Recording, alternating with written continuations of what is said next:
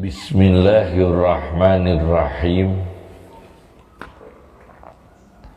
Ruh di dalam Al-Quran diulang 21 kali. Di antaranya Ar-Ruhul Amin, yakni ruh yang bisa dipercaya.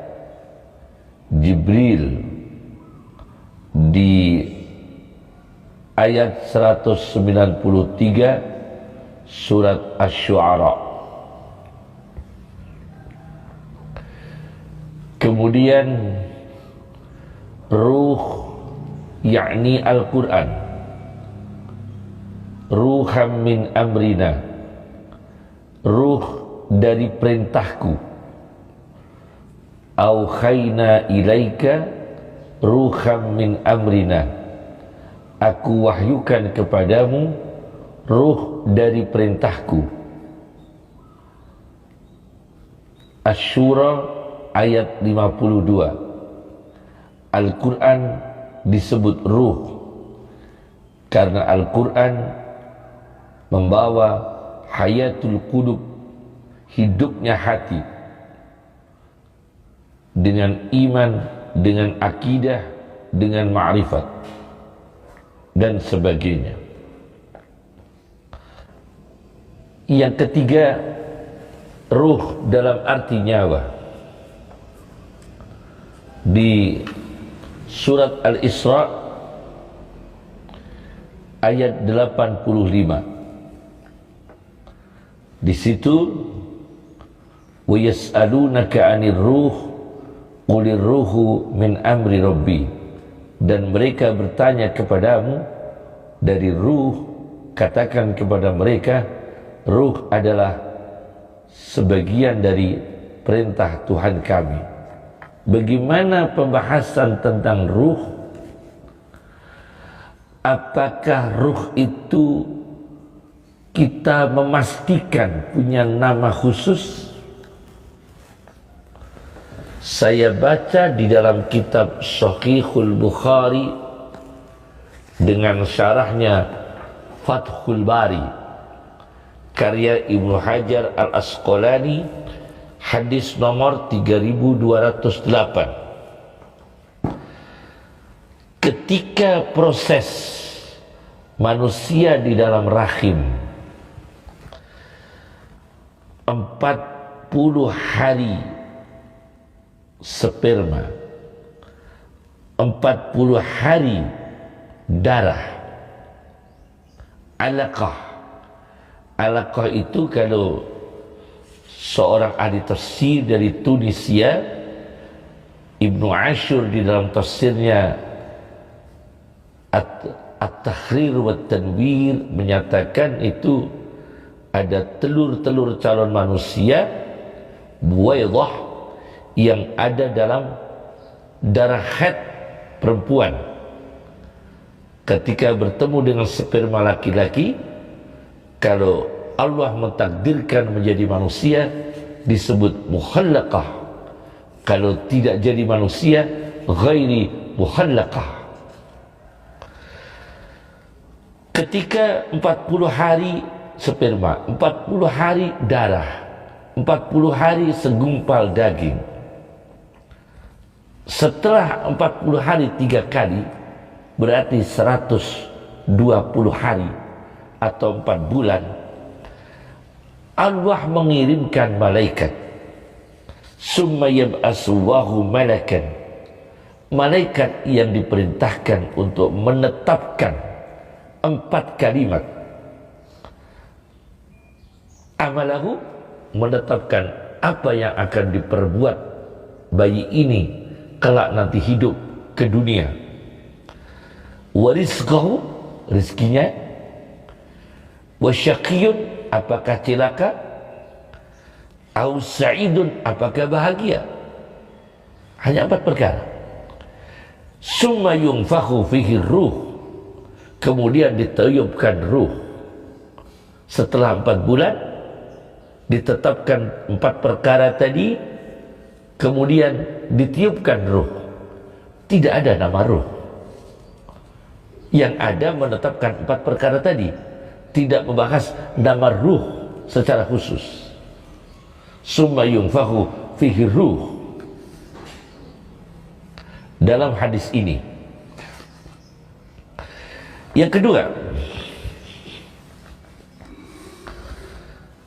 pemberian nama pada manusia setelah lahir, bisa setelah lahir 7 hari atau ketika baru dilahirkan,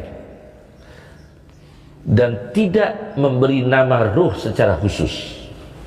Saya baca dalam sebuah kitab Tuhfatul Maudud fi Ahkamil Maulud karya Ibnu Qayyim al-Jauziyah, di halaman 57 dijelaskan di sini ada satu hadis amara Rasulullah sallallahu alaihi wasallam khina sabi'il maulud bitasmiyatihi. Rasulullah sallallahu alaihi wasallam memerintahkan ketika 7 hari bayi dilahirkan bitasmiyati, untuk segera dilengkapi dengan namanya. Ini memberi nama setelah bayi lahir 7 hari. Itu dalam satu hadis. Kemudian dalam hadis yang lain, dalam kitab yang sama Tuhfatul Maudud, mengambil dari Sahih Muslim, Rasulullah sallallahu alaihi wasallam mengatakan, wulida liyal lailah gulam, pada malam ini telah dilahirkan bagiku anak laki-laki. Fasammaituhu bismi abi Ibrahim, maka anak laki-lakiku, kata Rasulullah SAW, aku beri nama datukku, yaitu Ibrahim. Nah, di sini Rasulullah SAW memberikan nama putranya laki-laki, langsung diberi nama Ibrahim. Tidak memberi nama ruh, tidak memberikan nama jasadnya Ibrahim, nama ruhnya siapa, tidak. Tapi Rasulullah SAW mempunyai anak laki-laki, langsung diberi nama Ibrahim ketika lahir. Kemudian yang ketiga, saya baca di dalam kitab Musnadu Ahmad. Musnadu Ahmad, ya, hadis nomor 18.637. Di dalam hadis ini, hadis nomor 18.637, Musnadu Ahmad, Rasulullah sallallahu alaihi wasallam menjelaskan, ketika orang mukmin dicabut nyawanya, keluar nyawanya, shalla alaihi kullu malakin bainas samai wal ardi, maka seluruh malaikat antara langit bumi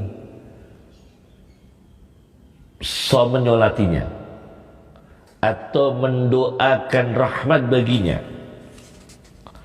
Wa kullu malakin fis sama, dan seluruh malaikat yang di langit.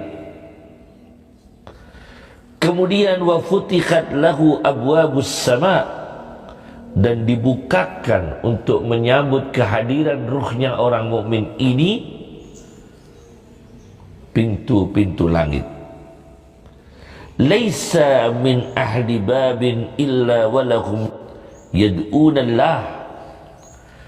Setiap pintu-pintu langit, di sana ada malaikat selalu mengharapkan.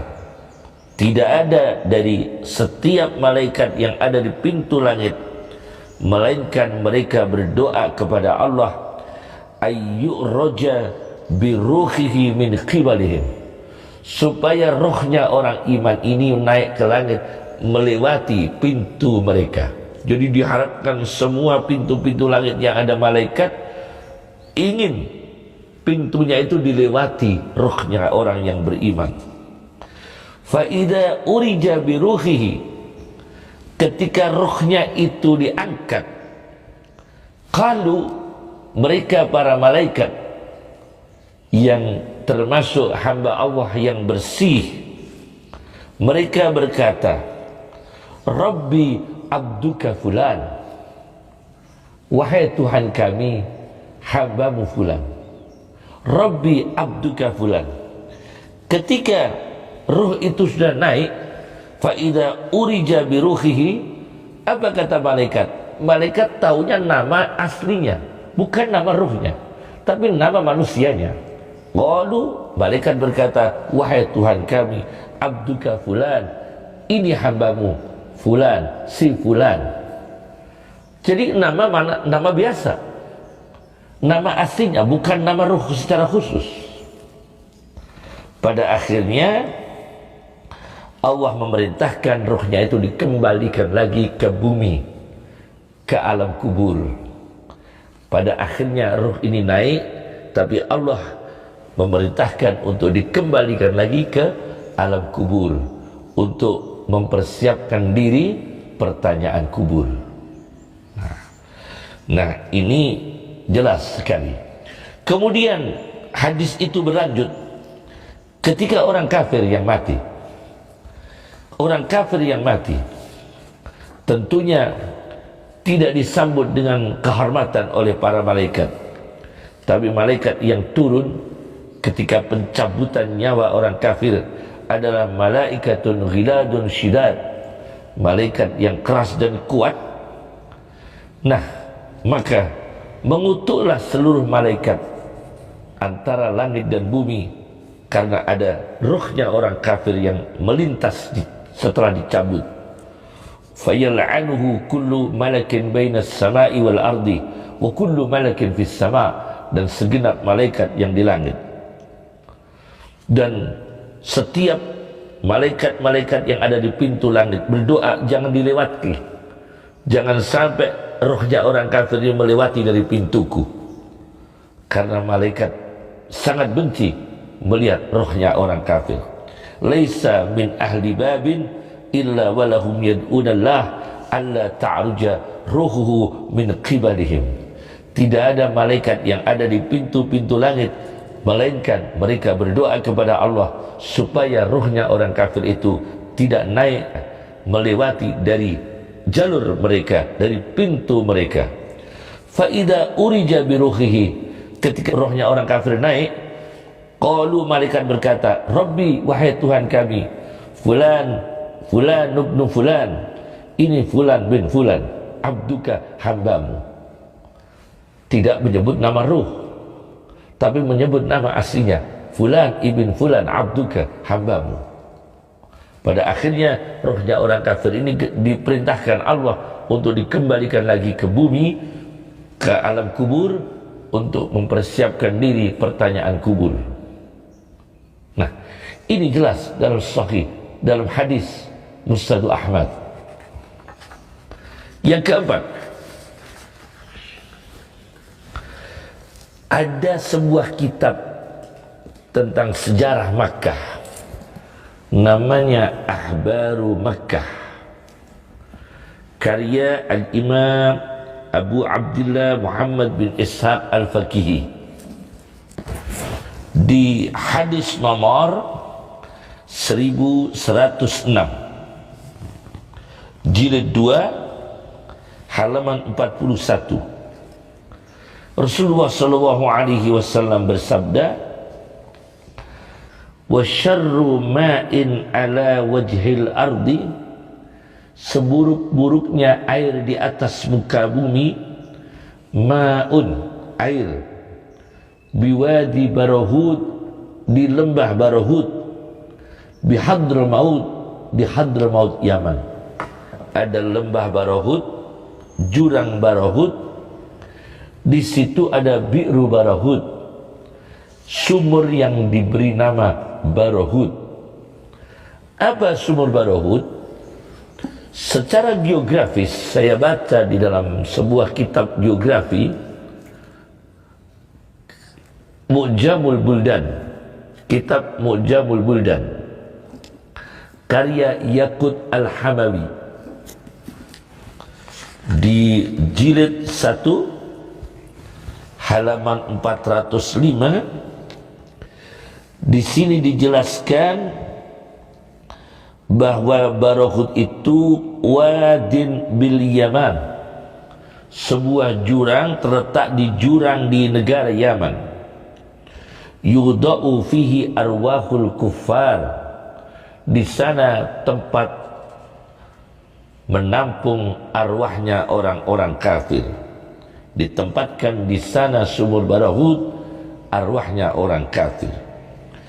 Kemudian Yaqut Al-Hamawi di dalam kitabnya Mu'jamul Buldan menukil sebuah hadis yang kata beliau, ini sabda Rasulullah SAW, inna fihi arwahal kuffar wal munafiqin, sesungguhnya di dalam sumur Barahud ini terdapat sebagian, saya mengatakan sebagian karena dimungkinkan penampungan arwah orang kafir itu di tempat lain. Jadi kita katakan sebagian karena Allah berhak menempatkan arwah orang kafir itu ditempatkan di tempat yang lain. Arwahal kufar, inna fihi arwahal kufar, sesungguhnya di dalam sumur Barahud ini sebagian arwahnya orang kafir, wal munafiqin, dan arwahnya orang-orang munafik. Sebagai contoh dalam sebuah kejadian yang ditemukan oleh Abu Lais As-Samarqandi di dalam kitabnya Qurratul Uyun wa Mufarrikhul Qalbil Mahzun. Ini sebuah kitab, di tepinya Tazkiratul Qurtubi, karya ini sebuah ringkasan kitab Tazkirah Qurtubi diringkas oleh Abdul Wahab Asy-Sya'rani. Jadi ini mukhtasar Tazkiratul Qurtubi, bukan Tazkiratul Qurtubi, tapi mukhtasar ringkasan Tazkiratul Qurtubi. Di tepinya itu, di tepinya ada kitab Qurratul Uyun wa Mufarrikhul Qalbil Mahzun, karya Abu Lais As-Samarqandi. Nah, ditemukan sebuah kejadian di sumur Barahud, ada orang salih yang datang di situ tengah malam. Begitu datang di situ tengah malam di sumur Barahud, orang salih ini diperlihatkan oleh Allah dua makhluk, dua sahsen, dua manusia yang datang masuk dalam sumur itu, turun dalam sumur itu.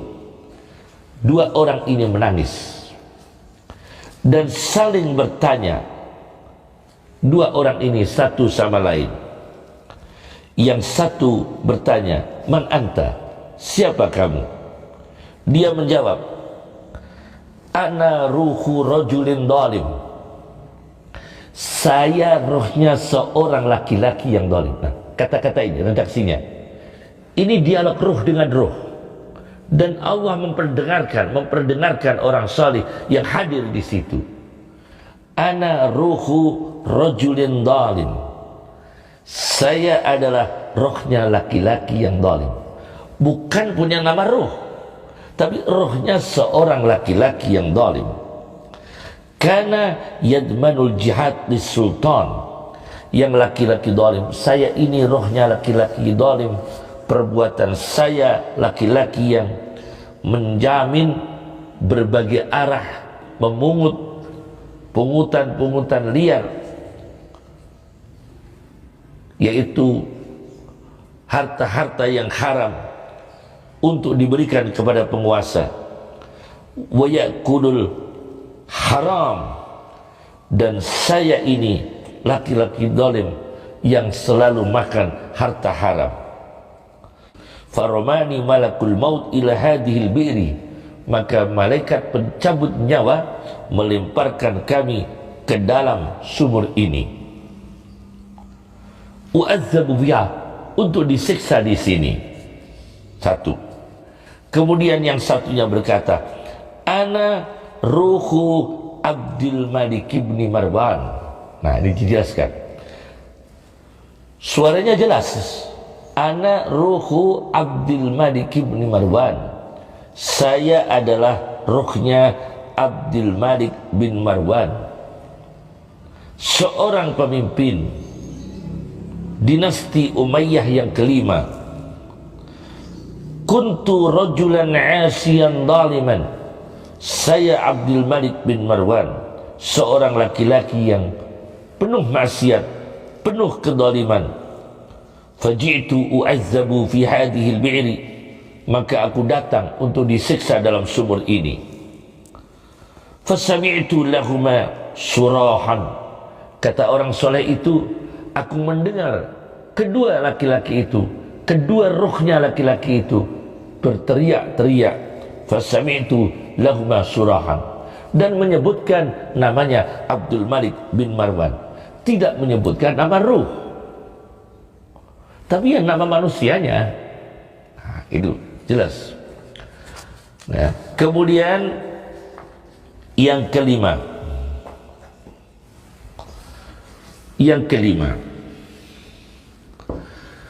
dalam tinjauan sufistik,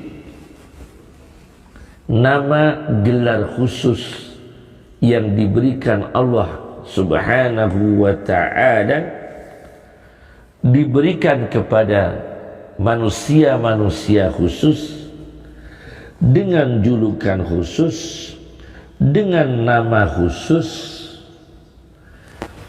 Itu nama, umpama itu iya, umpama ada orang diberi spesifik keistimewaan seperti itu, diberi maziyah seperti itu, maka itu kita tidak boleh untuk iddia, untuk mengaku-ngaku mengetahui nama-nama itu, karena nama-nama itu, julukan-julukan itu Allah saja yang mengetahui. Itu memang ada dalam tinjauan tasawuf. Saya baca di dalam kitab Ghunyatut Talibin. Nah, Ghunyatut Talibin karya Syekh Abdul Qadir Al-Jilani di jilid 3 halaman 319. Jilid 3 halaman 319,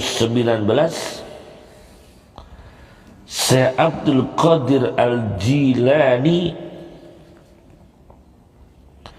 mengatakan tentang seorang murid yang berhasil. Di antaranya keberhasilannya adalah wa tukhla'u alaihi anwa'ul khila', dan dianugerahkan pada murid itu berbagai macam jubah kehormatan, toga-toga kehormatan. Al-khila' jamak dari kata khil'ah, itu khil'atul karamah, jubah-jubah kehormatan, toga-toga kehormatan. Apa toga kehormatan yang dimaksudkan oleh Syekh Abdul Qadir? Wahiyya al-ma'rifatu billah. Murid itu sudah mencapai mengenal Allah Subhanahu wa ta'ala, wal unsu bih, dan terhibur jiwanya, terhibur hatinya, terhibur fikirannya dengan Allah, wassukunu wa tuma'ninatu ilaih, dan tenang tentram kepada Allah, menyerahkan diri, tenang tentram, berserah diri kepada Allah. Wa yantiqu bihikmatillah, dan bicaranya selalu dengan ilmu hikmah yang bermanfaat dari Allah Subhanahu wa ta'ala. Wa asrarillah, dan membicarakan rahasia-rahasia dari Allah Subhanahu wa ta'ala. Ba'dal idnis syarih, setelah mendapatkan rekomendasi yang jelas dari seorang mursyid, dari gurunya. balil khabar minallah, bahkan mendapatkan informasi, inspirasi, informasi ilham dari Allah Subhanahu wa ta'ala. Ini orang wa yulaqabu bi alqabin yatamayyazu biha baina ahbabillah. Ini orang mendapatkan gelar dengan gelar-gelar khusus yang berbeda antara dia dan orang-orang lain yang dicintai Allah. Gelar-gelar khusus yang membedakan antara dia dan orang-orang lainnya yang sama-sama dicintai Allah. Fayadkhulu fi khawasillah, maka dia masuk di dalam orang-orang khususnya Allah. Wa yusamma bi asma, dan orang ini diberi nama-nama khusus. La ya'lamuha illallah, yang tidak ada tahu nama-nama khusus itu kecuali Allah. Nah, Syekh Abdul Qadir mengatakan dia diberi nama dengan nama-nama khusus yang tidak diketahui nama-nama khusus itu untuk kita, tapi yang mengetahui hanya Allah Subhanahu wa ta'ala. Nah, di sini Syekh Abdul Qadir tidak mengatakan nama ruh. Wa yusamma bi asma'in la ya'lamuha illallah. Dia diberi nama-nama sebutan, nama-nama kehormatan yang tidak ada tahu nama-nama itu melainkan Allah Subhanahu wa ta'ala. Maka kita jangan iddia, mengaku-ngaku itu fulan seorang yang dekat dengan Allah, nama khusus, nama ruhnya ini. Itu tidak boleh. Itu fulan dekat dengan Allah, nama ruhnya ini. Apalagi iddia pada diri kita sendiri, mengaku pada diri kita sendiri, menisbatkan pada diri kita sendiri bahwa kita ini punya nama roh ini. Itu tidak boleh. Tidak boleh itu. Tidak ada alasan secara syar'i maupun dalam tinjungan sofistik maupun dalam literatur tasawuf. Dan itu akan terjadi paralogisme. Paralogisme adalah kondisi sesat berpikir, kondisi di situ kondisi dia sesat berpikir, tapi dia tidak sadar kalau pikirannya itu sesat. Dia berpikir salah, dia tidak sadar kalau pikirannya salah. Ini terjadi paralogisme karena dia berbicara tentang hal-hal yang mistik, ruh, kemudian sampai pada nama ruh. Itu nanti iddia, terjadi dakwah, pengakuan-pengakuan. Umpama kasfi, umpama penyingkapan, itu pun penyingkapan itu dia yakini sendiri, tidak boleh, tidak ada legal hukum untuk disampaikan. Apalagi itu iddia yang tidak ada dasar ilmiahnya secara syar'i, tidak ada dasar ilmiahnya secara tinjauan literatur tasawuf. Karena Syekh Abdul Qadir tidak mengatakan nama ruh, tapi nama gelar. Nah, ini diperkuat oleh Ibnu Arabi. Saya baca dalam kitab Al-Futuhatul Makkiyah, sebuah kitab tasawuf yang besar, karya Muhyiddin Ibnu Arabi, di jilid 3 halaman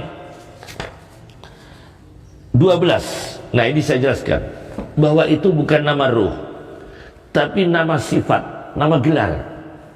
Ibnu Arabi mengatakan di dalam kitab Al-Futuhatul Makkiyah jilid 3 halaman 12, walahum minal asma'i asma'us sifat, dan bagi wali-wali autad, wali autad itu wali pasak, asma'us sifat punya nama-nama sifat. Jadi sifat mereka diberi nama, diberi label, diberi penghargaan secara khusus, diberi gelar secara khusus karena kualitas sifat para wali itu. Faminhum, maka di antara para wali autad, Abdul Hayy, diberi gelar nama Abdul Hayy. Itu bukan nama ruhnya, tapi nama sifatnya. Abdul Hayy, hambanya Allah yang hidup. Karena apa? Karena wali ini sangat memuliakan sesama makhluk hidup sesuai dengan koridor syariat, bahkan sangat melindungi binatang. Nah, ini bisa diberi gelar Abdul Hayy. Kemudian wa Abdul Alim, punya nama sifat Abdul Alim. Seorang wali, bukan namanya, tapi nama sifat. Tapi bukan nama ruh. Wa Abdul Alim, nama gelar, gelar kualitas kepribadiannya, kualitas sifatnya. Wa Abdul Alim, hamba Allah yang maha mengetahui. Karena ini wali autad, wali pasa ini punya kelebihan ilmu dari Allah Subhanahu wa ta'ala. Kemudian ada yang bergelar Abdul Wadud, hamba Allah yang maha penyayang. Karena apa? Wali ini, wali pasa ini adalah wali yang sangat mudah empati, mudah menyayangi, mudah mencintai hamba-hamba Allah yang membutuhkan pertolongan, yang dhaif, fakir miskin, yatim piatu dan sebagainya. Kemudian ada yang ada yang punya nama sifat Abdul Qadir, hamba Allah yang maha kuasa. Karena wali ini, wali watat ini, wali pasa ini diberi Allah kemampuan untuk melakukan sesuatu yang tidak dimampui oleh umumnya manusia dengan izin Allah Subhanahu wa ta'ala. Ini gelar-gelar namanya asma'us sifat. Itu karya Ibnu Arabi, itu kata Ibnu Arabi. Kemudian Ibnu Arabi menjelaskan lagi wali-wali abdal. Wali-wali abdal itu dalam terminologi tasawuf adalah wali-wali yang istafat setelah ada yang meninggal. Ada yang meninggal satu, gantinya satu. Ada yang meninggal dua, gantinya dua. Istafat, selalu ada pengganti. Al-abdal namanya. Nah, di dalam Al-Futuhatul Makkiyah ini Ibnu Arabi menjelaskan gelar-gelar sifatnya wali abdal. Abdus Syakur, hamba Allah yang maha bersyukur. Karena wali abdal ini luar biasa bersyukurnya kepada Allah Subhanahu wa ta'ala. Kemudian ada yang bergerak wa Abdus Sami', hamba Allah yang maha mendengar. Karena apa? Kekuatan daya pendengaran wali abdal ini punya kekuatan pendengaran yang lebih, punya kekuatan pendengaran, indera pendengarannya itu luar biasa, punya kekuatan, punya energi di atas rata-rata. Khariq lil adah, tidak sama dengan pada umumnya, tidak sama pada kebiasaan kekuatan pendengaran secara umum. Kemudian ada yang bergerak wa Abdul Basir, hamba Allah. Yang tadi Abdus Sami, hamba Allah yang maha mendengar. Kemudian ada yang bergelar wali abdal Abdus Sami', tadi sudah. Abdul Basir adalah hamba Allah yang maha melihat. Wa Abdul Basir, dan diberi gelar nama sifat hamba Allah yang maha melihat. Karena dia punya kekuatan penglihatan yang luar biasa. Misalnya Abu Hanifah, misalnya orang ulama-ulama sufi yang punya kekuatan kasyaf yang luar biasa, tapi tidak iddia pada dirinya, tidak mengaku-ngaku dirinya, dan dia tidak paralogisme, dan dia tidak menyombongkan diri, apalagi dia ingin membahas itu supaya dia disebut ahli dalam bidang itu. Tidak, karena itu menyalahi etika tasawuf. Nah, inilah yang perlu saya jelaskan, bahwa ini dalam Al-Futuhatul Makkiyah itu asma'us sifat, bukan nama ruh. Nah, yang terakhir sebagai penutup ingin saya jelaskan dalam kitab Rasail Ibni Sab'in, Rasailu Ibni Sab'in, di bab wasiat, wasiat Ibni Sab'in di ashabih, pesan-pesan Ibnu Sab'in kepada para murid-muridnya. Ibnu Sab'in mengatakan di dalam kitab Rasailnya ini, halaman 312, dia mengatakan, wa ya'lamu, orang yang dekat dengan saya, kata Ibnu Sab'in, murid saya, dekat dengan saya, orang yang tahu anna ridwan ba'daha aslu kulli rahmah, sesungguhnya mendapatkan ridhonya Allah subhanahu wa ta'ala sesudahnya adalah aslu kulli rahmah, asalnya segala rahmat. Setiap orang masuk surga, mendapatkan surga, kemudian waridwanum minallahi akbar, ridhonya Allah lebih besar daripada surganya. Setelah itu mendapatkan ridhonya Allah, waridwanum minallahi akbar, mendapatkan bertubi-tubi rahmat dari Allah subhanahu wa ta'ala. Itu orang yang saya idam-idamkan, dekat dengan saya, kata Ibnu Sab'in. Wa yatlubu zat ba'dal adab, dan mencari zat Allah, yakni mencari ridha Allah, mencari kedekatan kepada Allah subhanahu wa ta'ala ba'dal adab, setelah memenuhi tata krama al-adab, ma'as sifat, adab terhadap sifat-sifat, wal af'al, dan tindakan-tindakan. Adab terhadap sifat Allah, adab terhadap takdir Allah, tindakan Allah, adab terhadap qada dan takdir Allah, harus beradab.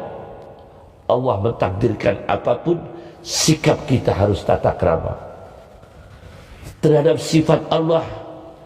Allah punya sifat al-alim, mengetahui, maha mengetahui. Adab terhadap sifat Allah al-alim, maha mengetahui. Kita jangan menyombongkan diri kita berilmu. Allah asy-syakur, maha bersyukur. Kita beradab untuk punya sifat syukur kepada Allah, syukur kepada manusia, syukur kepada orang tua kita, syukur kepada guru-guru kita, kepada masyayikh kita. Tidak boleh kita tidak sopan santun, tidak beradab terhadap orang yang kita hormati, apalagi orang yang telah memberi manfaat kepada kita, orang tua kita, guru-guru kita, sahabat-sahabat kita. Ini namanya menjaga adab. Itu baru insya Allah akan dekat dengan Allah subhanahu wa ta'ala dan mendapatkan gelar asma'us sifat, gelar nama-nama sifat. Karena sifat punya kelebihan, berkualitas, maka diberi gelar oleh Allah subhanahu wa ta'ala. Dan gelar-gelar itu pun kita tidak boleh mengaku-ngaku kita sudah beli gelar ini, roh kita namanya ini. Oh, itu tidak boleh, itu mengaku-ngaku. Cukup dari kami. Assalamualaikum warahmatullahi wabarakatuh.